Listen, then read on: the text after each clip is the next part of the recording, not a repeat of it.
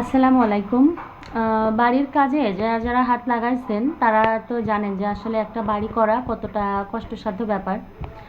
আর আমাদের বাড়ি আলহামদুলিল্লাহ মানে কি বলবো, জাহাজের মতো বড় একটা বাড়ি হয়েছে। বাড়িতে থাকার মতো তো কোনো মানুষ নেই, শুধু শ্বশুর আর শাশুড়ি, ছোটো দেবর যা তারা তাদের মতো, আমরা আছি আমাদের মতো। বাড়িতে যাই, দেখা যায় কোনো ফেস্টিভ্যালে যাই, ঘুরে আবার চলে আসি।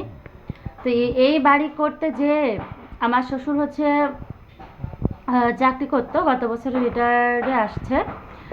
ওই টাকাগুলো তো সব যাচ্ছেই রে ভাই বাড়ির পিছনে। মানে আমাদের ব্যাংকে যেটা আছে সেটা তো আর আমরা বাড়ির পিছনে খরচ করবো না, তাই না?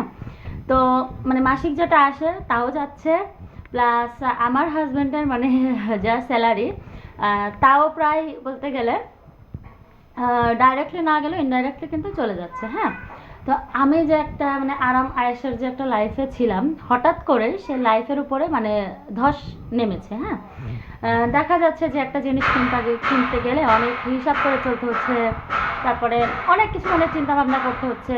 তো আমাদের বিয়ের পরে 4 বছর মানে আমার বাবা তো বেকার ছিল, তখন আমি আমার বাপের বাড়িতে ছিলাম। আব্বা মা সব খরচ দিছে, আর বেকার ছিল তখন। তখন তো আর আসলে কোনো চাহিদা ছিল না, বাট এখন তো জব করে স্টিল 4-5 বছর সে জবে আছে। এখন তো আমার মানে কি বলবো, একটা অভ্যাস হয়ে গেছে। হ্যাঁ, এখন এটাকে আসলে মানে কন্ট্রোল করতে পারছি না। তবে বিভিন্ন আপুদের ভিডিও দেখি, বেশ ভালো লাগে। চেষ্টা করি হচ্ছে মানে চেষ্টা করছি কন্ট্রোল করে যাতে সুন্দর, জি মাম্মা, সুন্দরভাবে হচ্ছে চলা যায়, চলতে পারি এই আর কি। কিন্তু